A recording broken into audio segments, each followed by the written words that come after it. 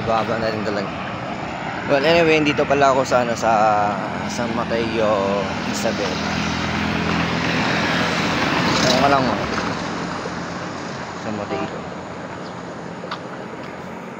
Sa ngayon, marahil magtataka kayo kung bakit andito ako ngayon sa bayan ng San Mateo, Isabela.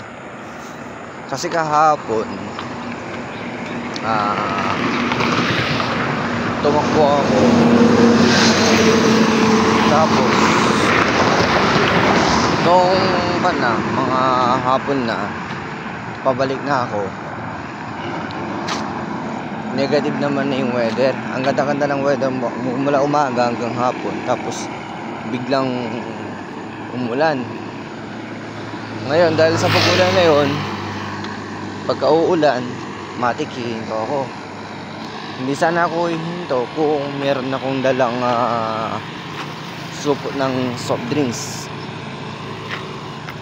Ngayon dahil sa wala akong dala, hihinto ako sa mga waiting shed.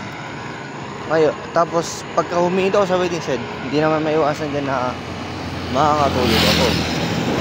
Hindi naman maiwasan na yung sa pagod ko sa pagtakbo ko sa maghapon, yung pagsandal mo pa lang sana sa may waiting shed, sa side niya, ganyan. Talagang hilahin ka ng pagod para makatulog ka. So every now and then ganun,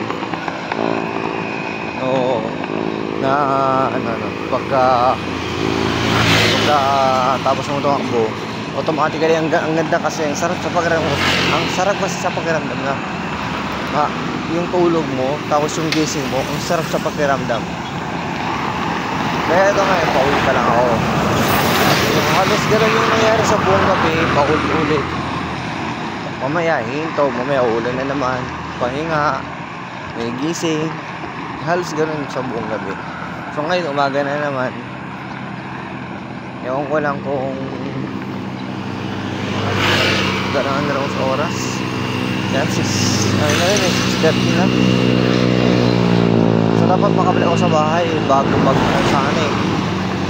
9 or at least around 9 AM para medyo magkaroon pa ako ng konting pahinga. Kaya naman ito medyo tinibilis ko na yung lakad ko kasi medyo masakit na rin yung medyo masakit na rin yung paa ko kasi ngayon ko lang ulit na miss itong Baclong Run. Actually, malalaman nyo na lang kung ilang kilometers yung tinapos ko ngayong araw, kung ilang kilometro lahat yung nagawa ko magmula kahapon hanggang ngayon. So lalagay ko na lang sa dulo ng video na to. Pero hindi ko lang alam kung pag-uwi ko sa bahay kung makakapag-edit pa ako. Sa bagay, raw vlog lang naman ako. Raw video pala, hindi raw vlog. Raw video. Yan. So bali yung mga kaganapan na nangyari kahapon, nangyari. Kahapon nag-reels na lang ako nag-upload na ako ng reels ko. Tapos ito official video. Kaya naman sana makarating ako na mas maaga din sa bahay. Yun lang ang gusto ko mag-i-add sa kayo.